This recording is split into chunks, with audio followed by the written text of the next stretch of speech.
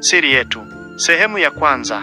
Maria alikuwa ameolewa na kijana aitwaye Thomas, ambaye alijitahidi kumfurahisha mkewe kila wakati, lakini mkewe hakuwa akifurahi. Thomas alikuwa na miaka 30 na alikuwa na mapenzi makubwa kwa mkewe. Alihisi kuwa ndoa yao ingeweza kuwa na furaha, lakini kumfurahisha Maria ilikuwa changamoto kubwa. Alifanya kila kitu anachoweza, alileta zawadi, alifanya mambo ya kimapenzi, aliandaa milo ya kifahari, lakini Maria alionekana kutoridhika kila wakati. Hali hii ilimkatisha tamaa Thomas. Thomas alikuwa akijiuliza kila wakati ni kwa nini mkewe anakosa furaha na kuwa mkimya, na aliishi kama mtu ambaye alikuwa na huzuni au hakufurahi na maisha yake ya ndoa. Alikuwa na sura ya huzuni kila alipoamka asubuhi, lakini Thomas aliona wazi kuwa alikuwa akijitahidi kufanya kila kitu kinachowezekana, lakini Maria haonyeshi furaha wala mapenzi kwa juhudi zake.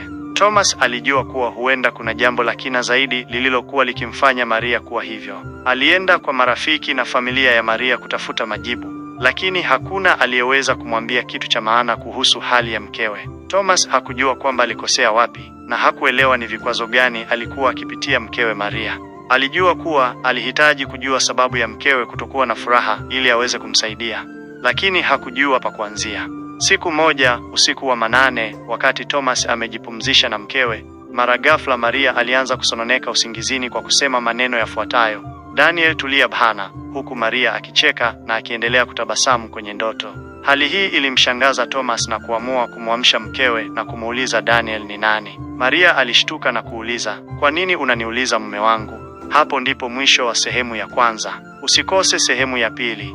Mimi msimuliaji wako ni KB Matata kutoka kwenye kampuni ya Matata Company.